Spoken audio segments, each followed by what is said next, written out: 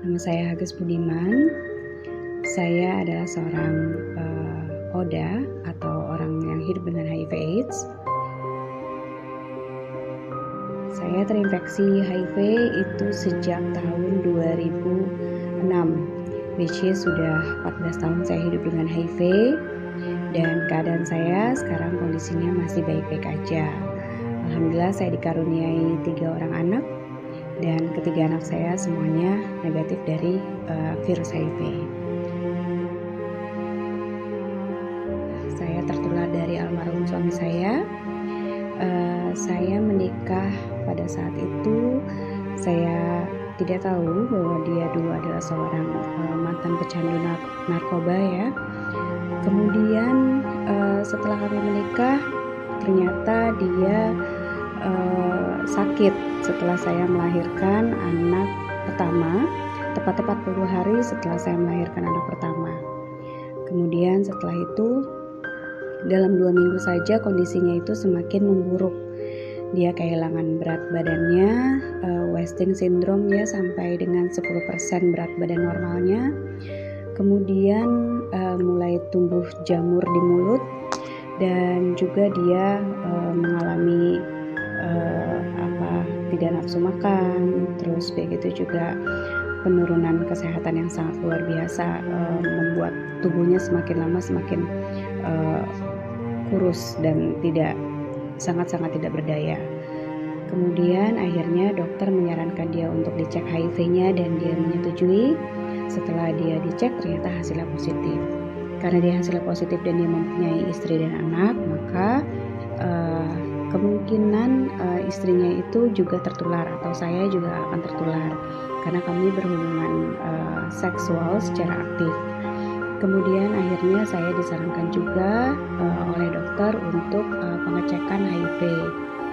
Tanpa berlama-lama saya pun menyetujui untuk dicek HIV-nya dan ternyata hasilnya positif juga. Tepat 5 bulan usia anak saya, suami saya meninggal dunia. Dia tidak bisa bertahan dengan virusnya, tapi selain itu yang menyebabkan dia meninggal dunia itu sebenarnya karena depresi. Karena dia tahu bahwa dia sudah menularkan kepada saya, dan akhirnya dia merasa sangat bersalah. Dia sendiri bilang bahwa dia izin kepada saya untuk tidak mengkonsumsi obat ARV. Itu adalah masa terendah, titik terendah dalam hidup saya, karena saya harus menerima kenyataan bahwa saya HIV positif dan saya harus ditinggal dengan almarhum suami saya pada saat itu, dan saya mempunyai seorang bayi mungil, dan perasaan saya sangat down, perasaan saya sangat jatuh, padahal sejujurnya saya nggak ngerti tentang HIV itu apa awalnya. Saya tidak paham tentang HIV, saya buta tentang HIV karena bicara 14 tahun yang lalu, informasi sosialisasi tentang HIV itu masih sangat minim. Nah, saya mendapatkan informasi yang salah, sempat mendapatkan informasi yang salah dari keluarga saya, bahwa katanya HIV itu adalah penyakit yang mematikan, membahayakan, mudah menular. Terus begitu juga saya dibilang hidupnya juga nggak akan lama.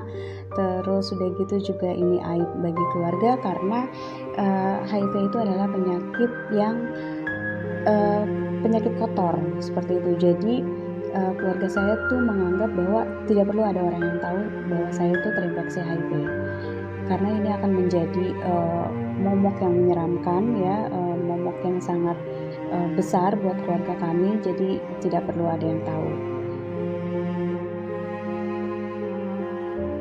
Perlakuan diskriminasi yang terjadi pada diri saya itu ada dari lingkungan sekitar, dari keluarga saya. Dulu ketika tahu saya HIV positif itu seperti alat makan saya dipisah, terus kamar mandi saya juga dipisah, kayak gitu ya, karena mungkin edukasi mereka yang sangat minim. Hal yang menyebabkan saya bangkit pada saat itu adalah karena anak saya. Saya melihat anak saya itu masih sangat membutuhkan saya.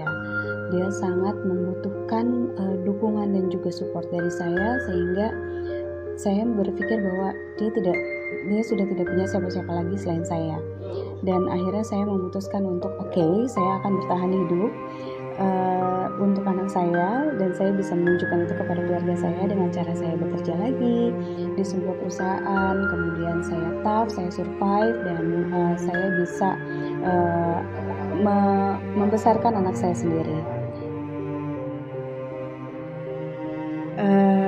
Intinya sih berdamailah pada diri kalian sendiri, gitu. Berdamai sama diri kalian sendiri bahwa kita harus bisa menerima sesuatu hal yang sudah tidak bisa kita ubah lagi, gitu. Jadi saya menjalankan 14 tahun hidup dengan HIV itu memang tidak mudah.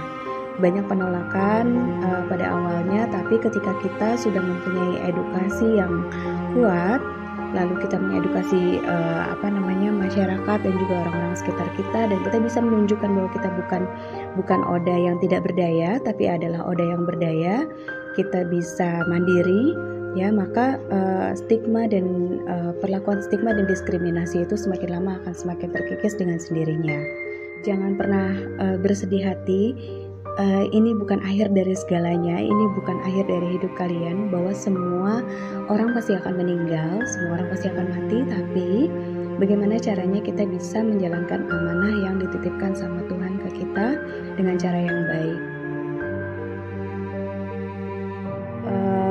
Mari kita sama-sama semuanya mengedukasi diri kita, mari kita semuanya sama-sama mencari kebenaran dan juga ilmu yang tepat, edukasi dan juga informasi yang tepat terkait dengan HIV, agar kita semua melek tentang HIV, tidak buta lagi tentang HIV, dan jauhi virusnya, bukan orangnya.